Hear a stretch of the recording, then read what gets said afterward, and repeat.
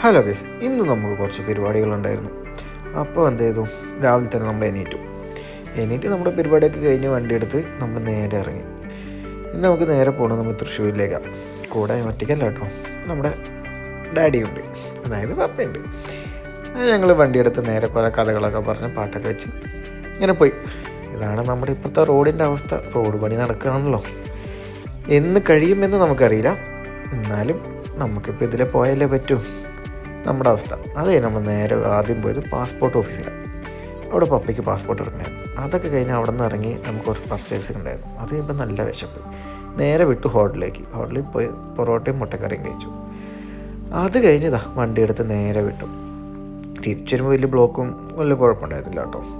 അതുകൊണ്ട് തന്നെ ഹൈവേ കൂടെ അത്യാവശ്യം സ്പീഡിൽ തന്നെ നമ്മൾ പോകുന്നത്.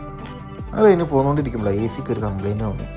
ഒന്നും നോക്കിയില്ല, നേരെ എ സിയുടെ ഷോപ്പിൽ കയറ്റി എ സി ഒന്ന് ചെക്ക് ചെയ്ത്.